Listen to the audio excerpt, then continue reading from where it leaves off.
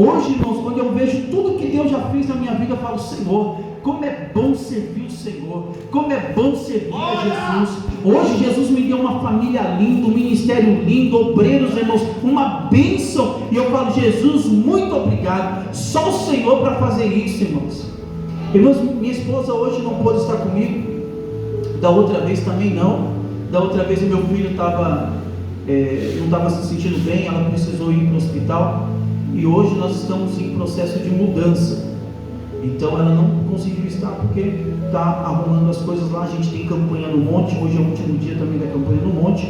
É uma bênção, irmãos, é uma bênção. Então por causa disso minha esposa, ela não pôde vir. Mas, irmãos, a partir do momento que eu entrei por aquela porta, pastor, eu senti uma glória tão grande neste lugar, uma presença de Deus, algo extraordinário. Às vezes as pessoas podem achar que isso daí, irmãos, é conversa de pregador, é conversa de pastor. Não, irmão, é uma glória de Deus, porque eu sei que você também sentiu essa glória de Deus. Aí eu sei, irmãos, que quando nós chegamos na casa de Deus, nós não chegamos aqui, irmãos, para usurpar aquilo que Deus tem, mas nós chegamos aqui para abraçar, sentir o cheiro dele. É quando nós vamos na casa do nosso Pai, irmão, nós não vamos lá e perguntamos quanto que ele tem na conta, nós não queremos saber o carro que tem na garagem, mas nós vamos lá para poder ver o Pai, para sentir o Pai, para abraçar o Pai. E nesta noite nós estamos na casa do Pai. Oh, glória! Nós estamos aqui para abraçar Ele, irmãos. Nós estamos aqui para se envolver. Tem quem diz assim que Deus vai levantar a próxima geração, e a próxima geração vai vir com uma unção de avivamento, e Deus vai tomar as nações. Mas eu não acredito somente que Deus vai levantar a próxima geração, eu acredito que eu vou fazer parte dessa geração, irmão, que vai ver Deus tomando jovens, Deus tomando anciões. Nós vamos entrar na igreja profetizando, irmãos. Eu creio, nós vamos fazer parte dessa geração que vai ter um encontro verdadeiro com Deus. Eu acredito ainda que a igreja foi chamada, irmãos, para fazer a diferença. A igreja não foi chamada para ser igual ao mundo. Ela não vai ganhar o mundo desse jeito. Ela vai ganhar o mundo sendo sal, sendo luz. Porque o mundo está nas trevas. O mundo não tem sabor. Eu trabalho com pessoas que não servem a Deus, e eu vejo sempre eles falando a mesma coisa. Eles estão sempre envolvidos com bebida, com droga, para poder ter alegria. E às vezes eu tenho uma oportunidade e eu falo para eles assim: olha, por que vocês estão perdendo tempo com essas coisas? São passageiras. O que vocês estão procurando, vocês não vão achar no mundo, mas na casa do Pai você acha. Na casa do Pai a necessidade da nossa alma, ela é preenchida. É só na casa do Pai. Aleluia! Não adianta, em outro lugar a sua alma não vai ser saciada. Eu sinto uma glória de Deus, uma glória pesada nesse lugar, irmãos. Os profetas do Antigo Testamento falavam assim: o peso da palavra, porque a palavra de Deus tem peso. A glória do Senhor, ela tem um peso, e a glória de Deus está sobre esse lugar. Nós estamos aqui, irmãos, nesta noite, e o que Deus já está fazendo neste ambiente. É por isso que Paulo disse assim: ó, o que os olhos não viram, o ouvido não ouviu, e nem subiu ao coração do homem.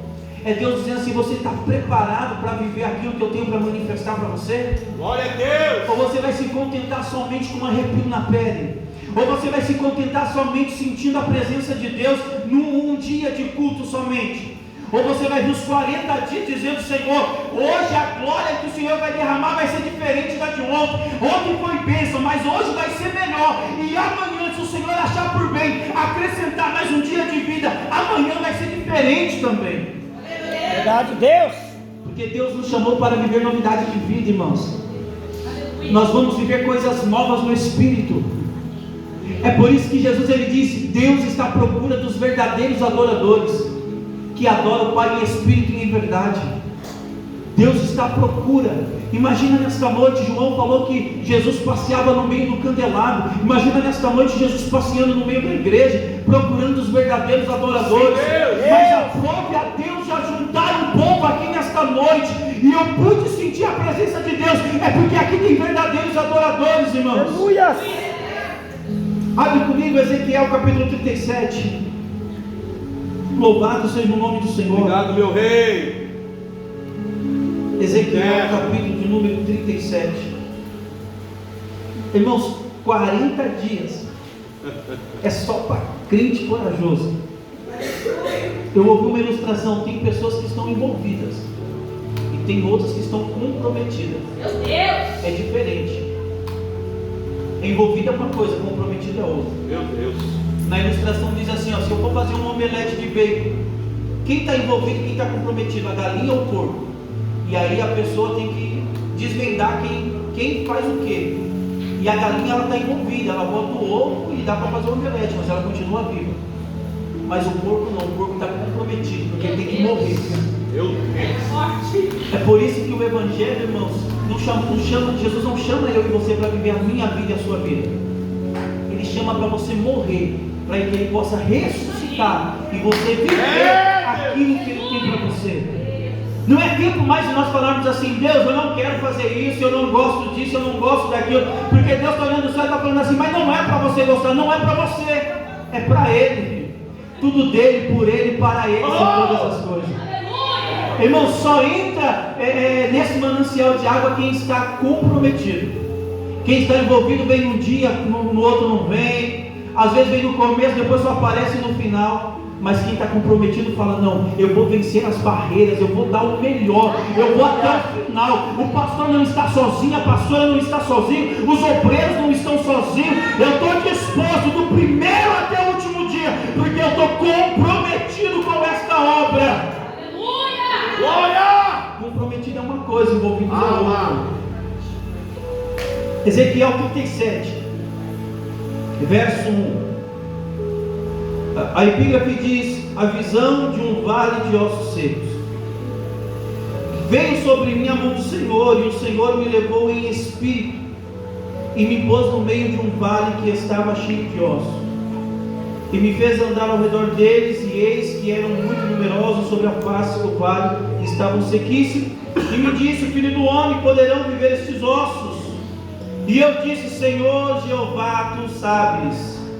O verso 1 de novo, irmãos: veio sobre mim a mão do Senhor, e o Senhor me levou em espírito, e me pôs no meio de um vale que estava cheio de ossos.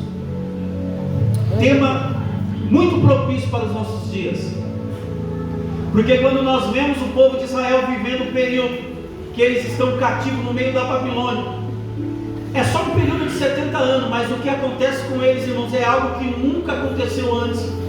Nós olhamos para o povo de Israel, dependendo do conhecimento que você tem da história do povo de Israel, 400 anos eles estão lá no meio do Egito, mas a situação deles nem chega perto de 70 anos na Babilônia.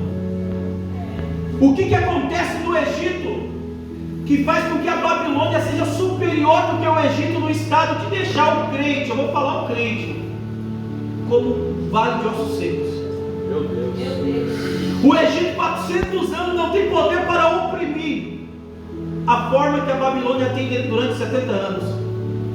E o Egito, irmão, você sabe, o Egito é quando você está vivendo aquela situação antes de ter um encontro com Cristo. E a Babilônia não, a Babilônia é quando você já teve um encontro com Cristo, mas você retrocede. Você já experimentou das coisas do reino, mas alguma coisa aconteceu que você não gostou, e aí você retrocedeu, você achou por bem abandonar tudo que você viveu na presença de Deus. Você não avaliou aquilo que Jesus avaliou. Quando uma pessoa vai trair Jesus, Jesus está na mesa, ele vai celebrar a ceia, ele fala: ó, um dentre vós é o traidor, mas ele não desiste do propósito, porque uma pessoa vai trair ele. Ele olha e fala assim: enquanto um está me traindo, tem 11 que acreditam em mim. E às vezes tem aquelas pessoas, irmãos, que elas preferem abandonar tudo que viveu, tudo que experimentou, os momentos bons que ela passou na presença de Deus, porque alguma coisa não aconteceu do jeito que ela imagina que é politicamente correto. E ela fala: não, vou chutar tudo para o ar, vou abandonar tudo. Só que ela se esquece: cuidado, você não vai mais voltar para o Egito, você vai para a Babilônia. E a Babilônia tem poder de 70 anos fazer com você aquilo que tudo que você passou no Egito não fez, porque Deus não leva em consideração o tempo da ignorância. O povo de Israel, irmãos, está vivendo um momento terrível, e aqui nós sabemos que o povo de Israel tinha um selo de Deus, era um povo marcado por Deus, era um povo que quando ia para a peleja Deus dava vitória mesmo. Era um povo que trazia como legado sobre as suas costas, sobre a sua história, alguém, por exemplo, que tinha o nome de Davi. Davi, irmãos, foi um homem tão poderoso na presença de Deus, que Davi morre, mas ainda o nome dele permanece vivo. O camarada foi tão íntimo de Deus, que Deus olhou e falou assim: dessa geração, da genealogia dele, é que vai nascer o meu filho, para poder remir toda a humanidade. Aí nós olhamos o cego Bartimeu dizendo, enquanto o pessoal estava falando, colocando o título em Jesus: é Jesus de Nazaré, é Jesus filho de José, o cego Bartimeu vai olhar e falar: não, esse daí eu conheço, já foi profetizado por Isaías, o menino nasceu, o filho se nos deu, e o governo estava sobre o seu ombro. O governo não é governo humano, é governo eterno, porque quando se fala de reino de Deus, irmãos, não é um reino que nós podemos ver com os nossos olhos, mas nós já estamos vivendo esse reino. Então Bartimeu, ele olhou e falou assim: não, eu conheço, esse daí não é qualquer um, esse daí é o filho de Davi. Glória a Deus. Ele reconheceu quem era. Então eles tinham isso sobre si. Se era para contar uma história que trazia esperança, eles falavam assim: lembra de Davi? Impróprio para qualquer coisa, mas diante da batalha, ele não ficou com medo do seu inimigo. Ele sabia qual era o Deus que estava com ele. Enquanto o povo de Israel tinha arma, mas não sabia lutar com a arma que tinha. Davi não tinha arma, mas sabia que na sua frente ia um general de guerra, e esse general de guerra nunca perdeu batalha. Então Davi sabia que ele poderia entrar numa batalha, e essa batalha seria ganha, porque Deus iria na frente dele. Deus era quem garantia a vitória para ele. Então Davi, ele se depara com situações que cada um de nós, se deparasse com a mesma situação, nós iríamos retroceder ou talvez ficar com medo. Mas Davi não, Davi olhava e falava assim: eu não tenho medo, porque maior é aquele que está comigo do que aquele que está lá fora. Oh, glória. Ele era encorajado, porque vivia uma intimidade com Deus. Quando você vê uma pessoa que nem galinha de Angola falando: estou fraco, nunca viveu uma intimidade com Deus, não conhece o Deus que ela serve. Porque se ela conhecesse o Deus que ela serve, ela ia lembrar e ia falar assim: não, aqueles que servem o Senhor, eles terão a sua força renovada, subirão como águias. Aleluia a Deus. Não vai falar que está fraco, mas vai dizer: estou forte. Aleluia. Porque quando nós estamos fracos, é aí que nós estamos fortes. Porque a glória de Deus, ela vai se aperfeiçoar na nossa fraqueza.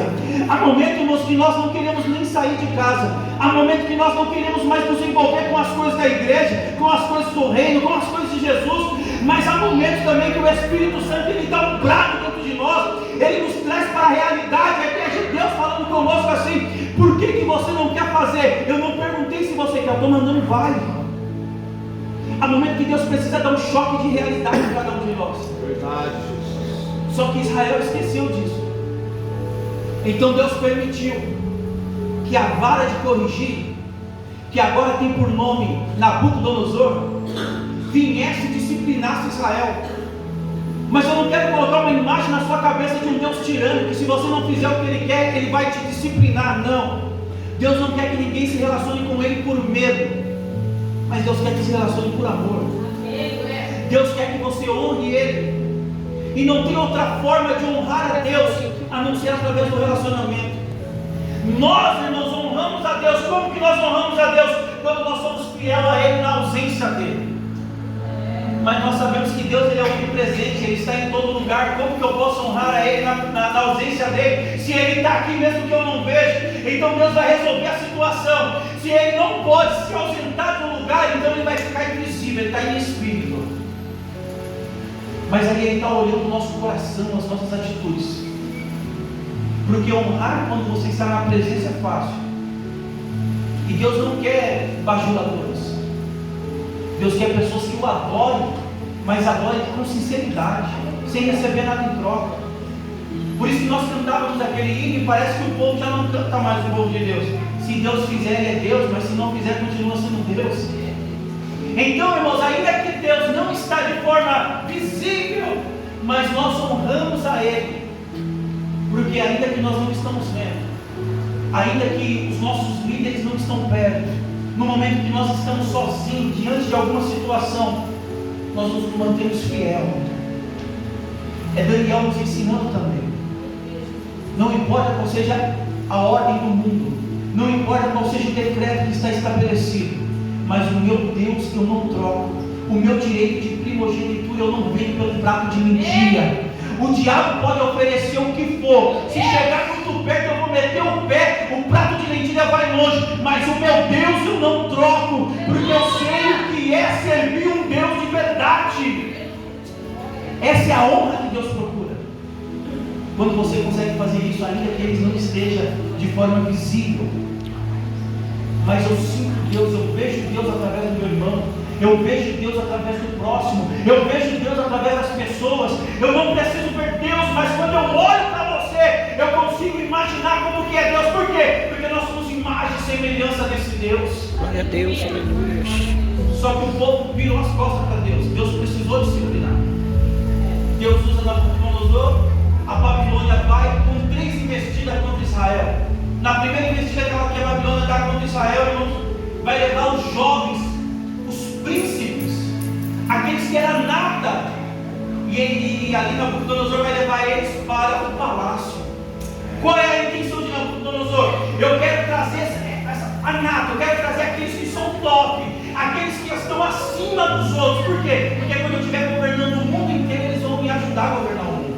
Meu Deus! Aí ele precisa fazer um segundo ataque contra Israel, contra Jerusalém. E quando ele vai fazer o segundo ataque, agora ele leva a caça sacerdotal. Só que na primeira leva, quem se destaca é Daniel, é Sadraque, Mesaque, Abednego, que nós conhecemos, mas o nome é Ananias, Azarias e Misael. Eles se destacam entre aquela primeira leva. Na segunda leva, entre os sacerdotes, entre os levitas, entre os porteiros da casa do Senhor, quem vai se destacar é Ezequiel, o qual nós lemos nesta noite.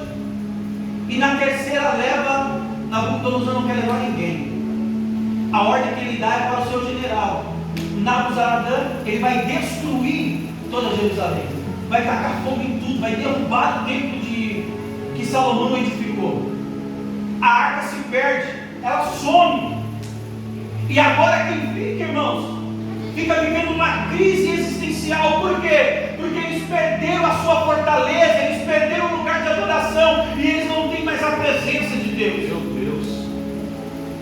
Isso daqui é para quebrar a estrutura de qualquer ser humano, seja ele cristão, confesso, seja ele ateu, porque até os ateus acreditam em Deus. Ainda que eles falam que não acreditam, mas acreditam, no fundo acreditam, irmãos.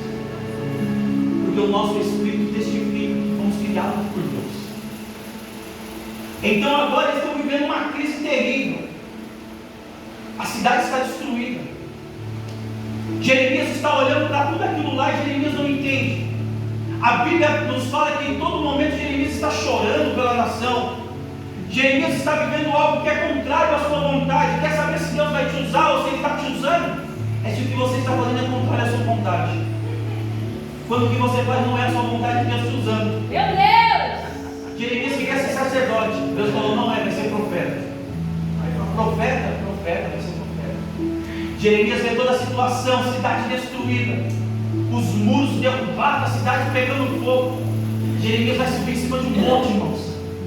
E quando ele está em cima do monte, ele está olhando para toda a nação destruída. Ele não entende o que está acontecendo. Ele vê mãe chorando por filhos que foram levados. Ele vê filhos chorando porque os pais não estão ali. Ele vê casas pegando fogo, casas queimando. E ele vai dar um brado. E esse brado não é para ouvir de forma audível, mas para ouvir com a alma. Ele vai dizer, caiu a nossa coroa, pecamos contra Deus. Se arrepende, Israel, lance a boca no pó, porque talvez ainda haja esperança. Jeremias está, irmãos, sentindo o que o povo está sentindo, porque ser profeta de Deus não é colocar o dedo na cara do irmão e falar o que você quer. Ser profeta de Deus, irmãos, é você falar o que Deus manda você falar. Tem muita gente falando muita coisa sem Deus mandar falar. Mas o profeta de Deus, ele sente o que Deus sente. Ele fala o que Deus manda. Ele vai aonde Deus manda ir. Até porque profeta, irmãos, que tem um monte de seguidores seguidores na rede social não é profeta. Profeta tem uma característica. Qual é a característica? Andar sozinho. Porque profeta não fala aquilo que o mundo quer ouvir. Profeta não fala aquilo que vai amassagear o nosso ego. Profeta vai sempre confrontar o que nós estamos vivendo. Porque o que nós estamos vivendo nunca é a vontade de Deus. Porque foi o que eu falei, viver a vontade de Deus fala de renúncia, as pessoas não querem renunciar. As pessoas querem viver aquilo que é bom para elas. Mas Deus levanta profeta, e o profeta coloca o dedo na nossa cara e fala assim: ei, muda a sua vida, faz uma conversão, volta, olha no retrovisor e vê se o que você está vivendo é a vontade de Deus. Porque às vezes, irmãos, nós corremos demais, nós somos ninguém Marta, sempre ali, correndo, afadigado. E o que Deus quer é Maria, que se assenta. Tem muita gente fazendo sem parar para ouvir o dono da obra. Mas Deus está falando assim: não, há momento que você precisa pisar no freio. Puxa o freio de mão, para um pouquinho, ouve Ele. É por isso que a mensagem de Apocalipse é: quem tem ouvido ouça o que o Espírito Santo diz à igreja. Porque há momento que nós estamos tão afatigados com as coisas que nós não paramos para ouvir. Há momento que nós largamos Deus lá atrás e estamos fazendo as coisas, e Deus está nos chamando: ei, não vai com tudo, pera. Davi nos ensinou. Porque quando Davi quer edificar um templo para Deus, Deus fala: não vai edificar. Quantas pessoas, irmãos, não estão preparadas para ouvir o nome de Deus? Meu Deus. Davi ouviu o nome de Deus, mas não fez biquinho para Deus. Quando Deus falou para Davi: não vai fazer, Davi podia falar assim: então a partir de agora é o seguinte, não vou servir mais esse Deus. Porque tem crente que é assim. Se Deus usar o pastor e falar para ele: você não vai fazer isso, a pessoa fala: mas por quê? Questiona. Mas você já parou para pensar que o não de Deus é porque Deus está evitando que você se arrebente lá na frente? É que às vezes a nossa visão é tão limitada que nós só conseguimos enxergar um palmo na frente do nosso nariz. Mas às vezes Deus precisa falar não para nós, colocar a mão no nosso peito, porque Ele sabe que se nós formos aonde nós queremos, nós vamos quebrar a cara, nós vamos se arrepender, nós vamos se frustrar. E quando nós nos frustrarmos lá na frente, nós vamos colocar a culpa em Deus. Aí Deus fala: não, calma aí, você não vai fazer isso. Então há momentos que Deus precisa falar não para nós, e nós precisamos ser maduros para ouvir o não de Deus. Verdade. E quando Deus falar não para nós, nós vamos ter que falar assim: sim, Senhor, manda quem pode, obedece quem tem juízo. Então Deus, irmãos, vai olhar para aquela situação e vai usar agora o profeta Ezequiel. E o profeta Ezequiel vai estar vivendo uma situação tão terrível, porque até o profeta Ezequiel, que hoje nós lemos e falamos profeta Ezequiel, mas o profeta Ezequiel não estava assim tão empolgado em fazer a obra de Deus. O profeta Ezequiel, irmãos, estava paradinho lá sentado, chorando as suas mágoas. Está no livro de Salmos, nós vamos ler para continuar a mensagem aqui. Quando nós vamos no Salmo 137, Salmo de número 137, olha o que vai dizer: junto aos rios da Babilônia, nós assentamos e choramos, lembrando de Sião, nos salgueiros que há no meio dela, penduramos as nossas harpas, porquanto aqueles que nos levaram cativo nos pediram uma canção, e os que nos destruíram, que nos alegrássemos dizendo: cante-nos um cântico de Sião. Mas como entoaremos o cântico do Senhor em terras estranhas? Eles estão assentados, irmãos, na beira do rio. E quem está sentado na beira do rio Quebar, irmãos, não é qualquer um, é só a casta de sacerdote, é os levitas, é os adoradores, são os porteiros, são os obreiros, são os ministros de louvores. Eles estão assentados, mas quando nós lemos esse texto, nós não conseguimos entender a profundidade desse texto. Porque para nós sentar é sentar, levantar é levantar, mas para o povo judeu não. Há um princípio aqui. Quando eles estão sentados, eles estão dizendo assim: eu não quero mais saber de nada, eu joguei a toalha, eu desisto, eu não quero mais continuar a minha jornada, eu não quero mais continuar a minha história. E a prova disso é que todas as vezes que nós vemos uma pessoa que Deus fala para se levantar, É porque Deus não quer que somente que a pessoa mude de posição, mas Deus quer que a pessoa se posicione, que a pessoa saia do lugar onde ela está e ela entre no propósito de Deus. É por isso que o filho pródigo, ele diz assim: levantar-me-ei. Irmãos, ele não estava sentado, falava de um posicionamento. Ele diz: levantar-me-ei e irei ter com meu pai. Então levantar não se fala somente de uma pessoa que está sentada, mas de um posicionamento que nós tomamos. Deus está olhando para aqueles que são sacerdotes, para aqueles que iriam conduzir o povo. Deus está olhando e está falando assim: como que pode? Se já com a liderança o negócio está ruim, imagina o que sobrou para o povo. Deus está olhando e não está vendo ninguém para se posicionar. Aí Deus usa o ímpio. Já percebeu que é o momento que nós queremos desviar da presença de Deus? É o momento que nós falamos assim: eu não vou mais para a igreja, ninguém me vê, ninguém me dá oportunidade, eu não tenho espaço para trabalhar. Mas as pessoas sabem que você é crente. Aí você fala: eu não vou mais para a igreja. Aí de repente você está no trabalho, alguém chega para você e fala assim: nossa irmão, estou passando uma prova, ora por mim. Aí você no seu pensamento está falando assim: mas eu não quero mais saber desse negócio de Deus. Mas está pedindo uma oração, eu vou orar. Porque crente assim nem para desviar presta, irmãos. Quando você quer desviar, o Espírito Santo fala: não vai desviar não. Você entregou a sua vida para mim e não aceita devolução, você não vai mais embora. É porque outra hora nós ouvimos falar que nós éramos escravos do diabo. Só que hoje, irmãos, nós continuamos escravos, não mais do diabo, mas nós somos escravos de Cristo. Paulo disse: eu, Paulo, escravo de Cristo. Você continua escravo, só mudou o Senhor. Não é mais o diabo, agora Jesus é o nosso Senhor. Então, eles estão lá sentados, prostrados, eles jogaram a toalha, eles não querem mais saber. E Deus precisa trabalhar. Para Deus levantar um povo, primeiro Deus precisa levantar uma pessoa. Isso aqui é muito forte. As pessoas estavam aí algum tempo atrás questionando a situação do Brasil. Mas não, irmãos, para Deus levantar um povo, primeiro Deus precisa levantar uma pessoa. Porque através de uma pessoa que Deus levantar, Deus vai conseguir levantar um povo. Então Deus olhou, está todo mundo prostrado, então eu preciso arrumar alguém que eu vou levantar, e esse alguém vai levantar o povo. Deus olha e vê Ezequiel prostrado também. Capítulo 2 de Ezequiel diz assim: e a mão do Senhor veio e me colocou de pé e falou comigo. Aleluia! Deus falou com Ezequiel, mas para Deus falar com Ezequiel, mandou Ezequiel se colocar de pé. E quando Ezequiel se colocou de pé, ele viu que Deus era com ele. Ezequiel entendeu o que Deus estava fazendo. Só que veio o capítulo 3, o capítulo 4, o capítulo 5, o capítulo 6, o capítulo 7 de Ezequiel. Ezequiel se prostrou de novo. Ezequiel não quis permanecer na posição que Deus colocou. Ezequiel estava prostrado. Então no capítulo 8 Deus olhou e falou: não, desse jeito não pode ficar. Já que eu tentei uma vez e ele não se levantou, eu vou mudar a situação. Aí lá no capítulo 8 Ezequiel vai dizer assim: eu vi o céu aberto, e eu vi uma mão que saía do céu, e junto com essa mão tinha um corpo, e esse corpo da cintura para baixo era fogo, da cintura para cima era bronze.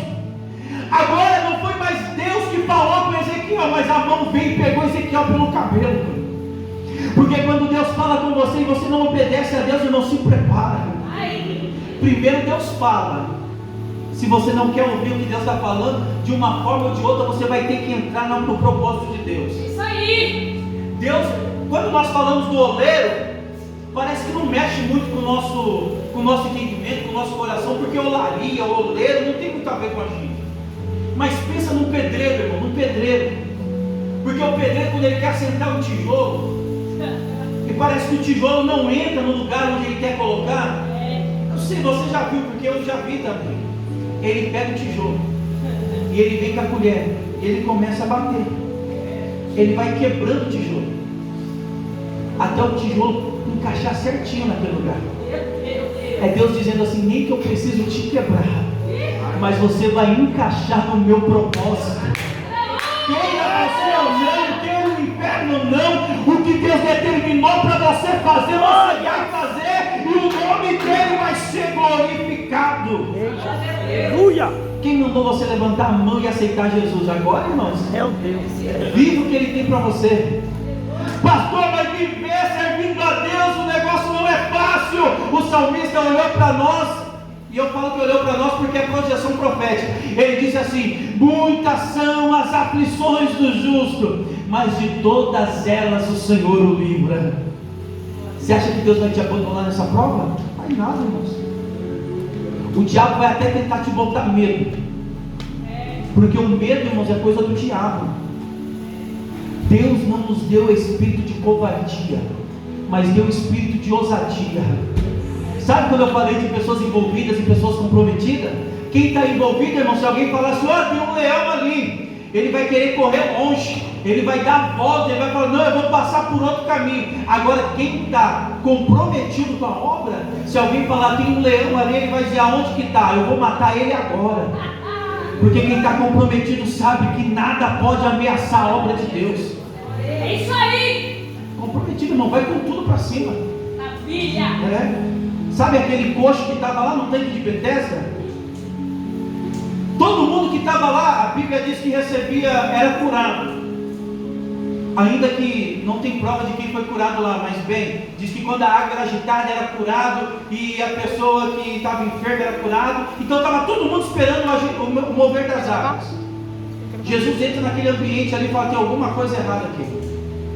Porque quem é curado, tem movimento das águas, é curado e vai embora e vai viver a mesma vida. Não, vamos mudar isso aí. Falei para você que quando Deus quer levantar um povo, primeiro Deus precisa levantar uma pessoa. Deus olhou um coxo lá, 38 anos, mas eu vou curar ele. Quando eu curar ele, eu vou falar: pega a sua cama e vai embora. Porque você não vai viver mais a sua vida, você vai testemunhar através daquilo que eu fiz, e o meu nome vai ser glorificado. É Jesus falando para nós assim: muita gente, irmãos, recebe tantas coisas e volta e vai viver a mesma vida, mas aqueles que viveram um milagre da parte de Deus, aqueles que tiveram um encontro com Jesus, ele sabe que não pode mais viver a mesma vida, ele não pode mais voltar para onde ele estava. Ele vai fazer que nem o endemoniado de Gadareno: Senhor, me leva contigo, eu quero andar com o Senhor. É isso aí. A pessoa, quando tem um encontro com Jesus, ela vai, depois do culto, ela vai chamar o apóstolo Danilo e vai falar assim: apóstolo, eu não quero nem saber como vai ser, eu não sei falar, eu não conheço muito o texto da Bíblia, mas eu quero estar envolvido na obra. O que eu posso fazer? Eu não quero mais viver a vida que eu vivia antes. Glória. Vai querer se envolver, irmãos, é comprometido. Deus precisou levantar Ezequiel. Quando Deus levantou Ezequiel, depois que pegou pelo cabelo, e quando Deus pega pelo cabelo, o negócio vai, irmãos. Quando Deus pega pelo cabelo, irmão, não tem para onde o camarada correr. Até tenta correr. Jeremias falou: eu não vou mais pregar a tua palavra, o pessoal está me açoitando, me joga dentro da cisterna, me amarra no tronco. Não, eu não quero mais pregar a tua palavra. Ele falou de dia, à noite o osso dele começou a queimar.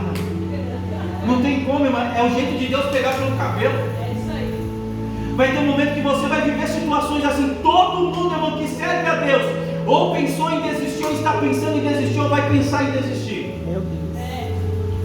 Mas quem nasceu da água e do Espírito não desiste. Porque quando ele fala assim: não, eu vou desistir, daqui a pouco o Espírito Santo brada no ouvido dele assim: olha, a alma do Senhor não tem prazer naquele que retrocede. Ele fala: opa, quem falou comigo?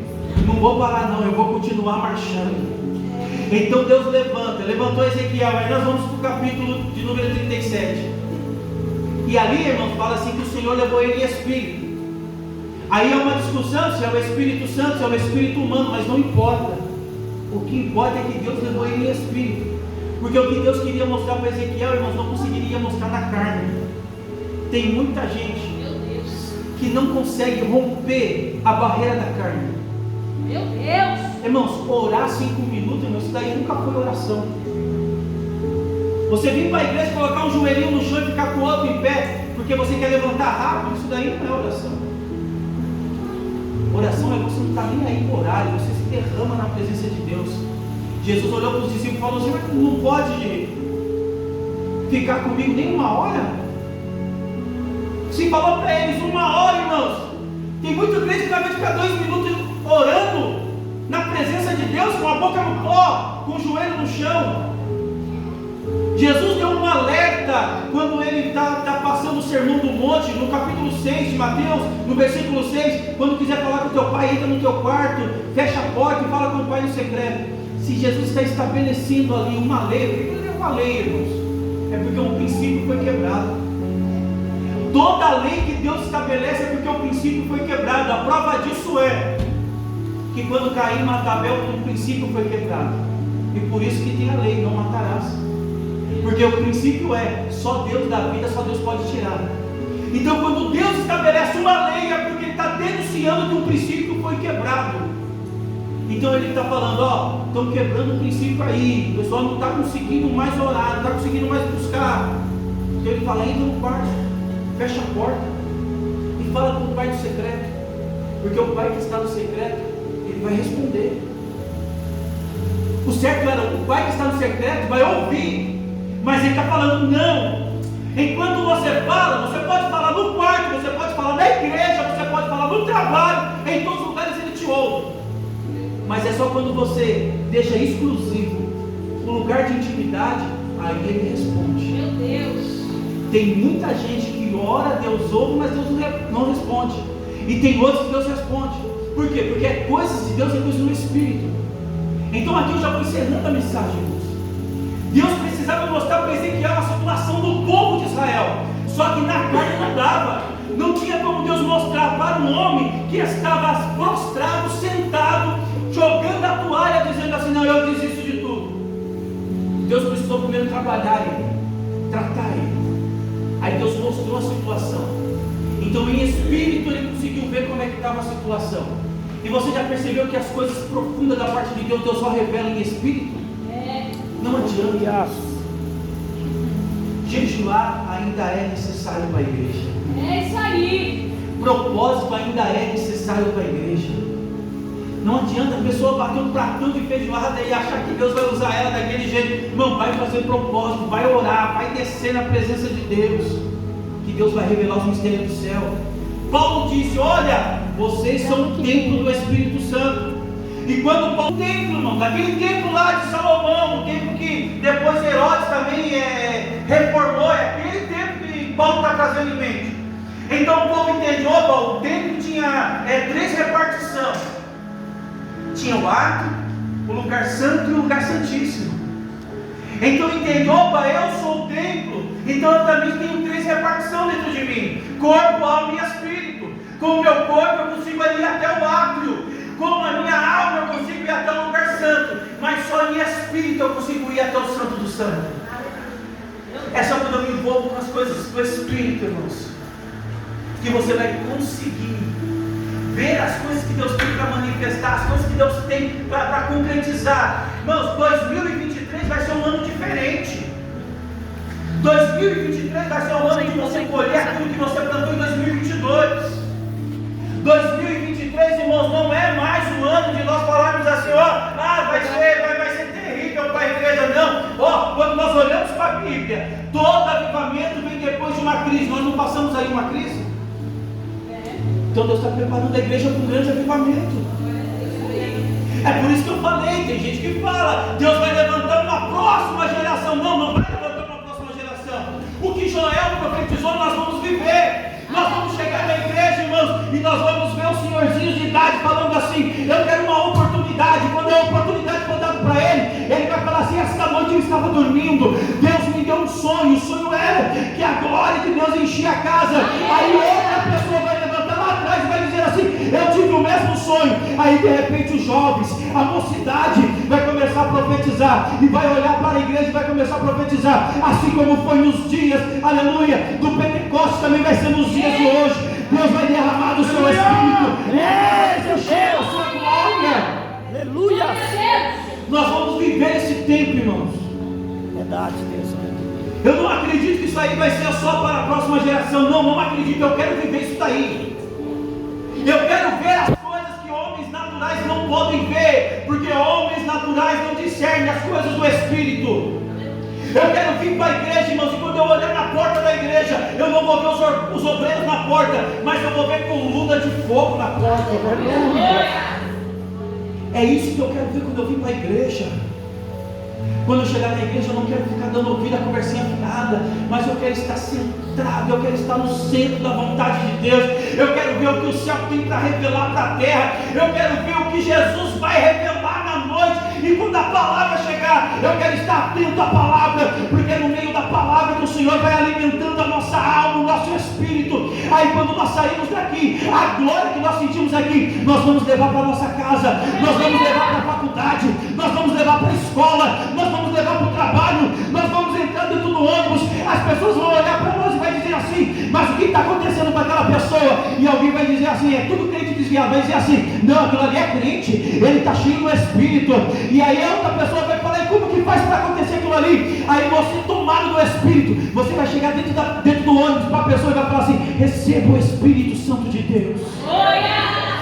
Eu acredito, irmãos, tem muita gente se autotitulando profeta das lives, outros profeta do monte, mas eu estou com saudade, irmãos, dos profetas do ponto de ônibus, dos profetas que iam no ponto de ônibus, irmãos, e profetizavam, olhava para as pessoas e falava assim, olha, Jesus tem uma obra na sua vida, se arrepende, se converte, larga esses ídolos, larga essa vida pecaminosa, coloca a sua casa em ordem, vai servir a Jesus. É esses profetas que estão faltando nos dias de hoje. Profeta de live é fácil, irmãos, não tem como o cara tomar um tapa, está lá do outro lado e fala o que quer. Mas eu quero ver, irmãos, entrar na biqueira e chegar lá na biqueira e falar assim, ó, a partir de hoje, pode contar os dias, essa biqueira vai fechar, aqui vai se tornar um ponto de pregação, Jesus vai salvar todo mundo. É pessoas corajosas, que não tem medo do homem, mas teme a Deus, porque sabe que enquanto o homem só pode fazer mal para a tua carne, para o teu corpo, Deus pode fazer mal para o teu corpo e também destruir a tua alma. Tem muita gente, irmãos, que está vendo a nação como vale de ossos secos, mas não se posiciona para profetizar. Muita gente que profetiza dentro do ambiente profético, mas e quando nós estamos lá fora? Quando nós precisamos mostrar quem somos, quando nós precisamos ser atalaias em cima, irmãos, dos pontos de vigia, quando nós precisamos sim dizer, eu confio no Senhor, confia no Senhor, e se a porta fechar não tem problema, porque a palavra de Deus diz, eu nunca vi um justo mendigar o pão, e nem a sua descendência passar fome, eu confio no Senhor. Irmãos, confiar em Deus quando a enfermidade bater na porta,